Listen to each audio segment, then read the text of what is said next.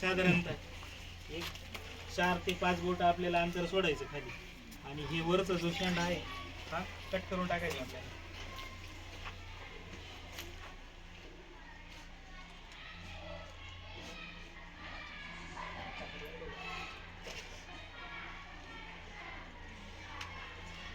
Cut करून टाकायची. याच्यावरती आपल्याला आता ही गाडी टाकायची. ही गाडी टाकताना पहिल्यांदा काय करायचं, ह्या गाडीला आपली जी खालून येणारी जी गाडी हिला पहिल्यांदा काप घ्यायचा, उभा काप घ्यायचा. तो काप कसा घ्यायचा, उभा सेंटरला धरायचं.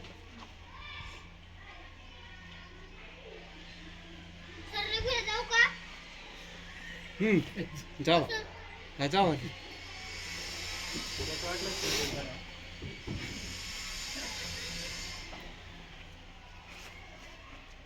पाहून घ्या, तुम्हाला करायचं बरं की. हे बघा, हा असा शेप कट करायचा. हा कट झाला का साधारणतः अंदाज घ्यायचा किती गाडी आहे. साधारणतः एवढ्या मापाचा आपल्याला शिपला घ्यायचा. याचा व्ही टाईप मध्ये कट करायचा. हा एवढं.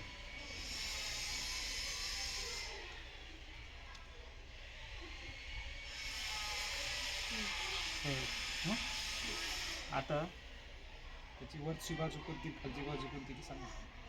कोणत्या बाजूने नाही व्ही शेप आपल्या काडीच्या नुसार करायचा आपल्याला. जी गोल काडी असणार आहे ना, गाडीची वरची बाजू, ही वरची बाजू आहे ना, तिला व्ही शेप घे. ही जी आहे ना खालची बाजू, हा हिला उभा कट द्यायचा आणि हिला व्ही शेप घ्यायचा. आपला व्ही शेप कट खालच्या करून बाजूला. हा खांदीच्या खालची बाजू, वरची बाजू. याला शिपला मारून घ्यायचा दोन्ही बाजूने. त्यानंतर ही जी गाडी आहे ना, ती आपल्याला टाकताना मध्ये टाकायची. हे बघा, पण काय करायचं, ही जी साल आहे ना ती कोणत्या तरी एका बाजूने आपली कनेक्ट झाली पाहिजे.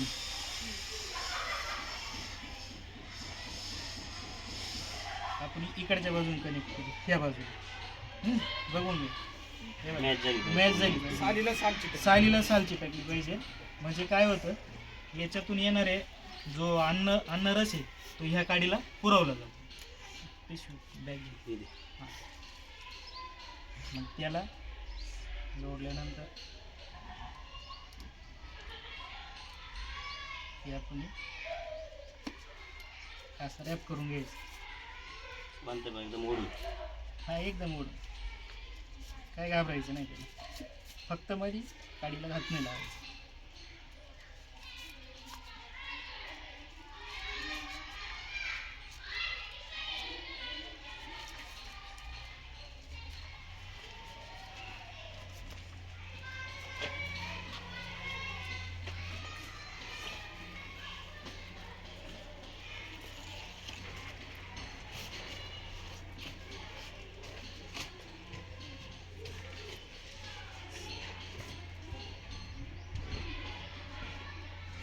जेणेकरून त्या कलमामध्ये पाणी गेलं नाही पाहिजे.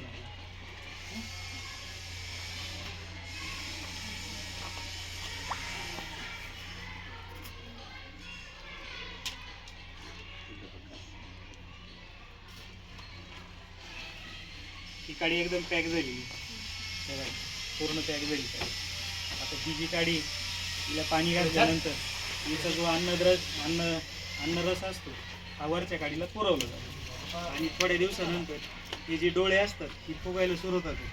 साधारणतः 20 ते 25 दिवस लागतात हिचे डोळे फुगायला. आता हिला डोळा नसल्यामुळे फुगणार नाही, कारण ती प्रॉपर नाही आहे त्याची जी काही असते ना त्याच्यावरती डोळा नाही गेलेला असतो. आणि हे असे कलम बाजूला ठेवून द्यायचे.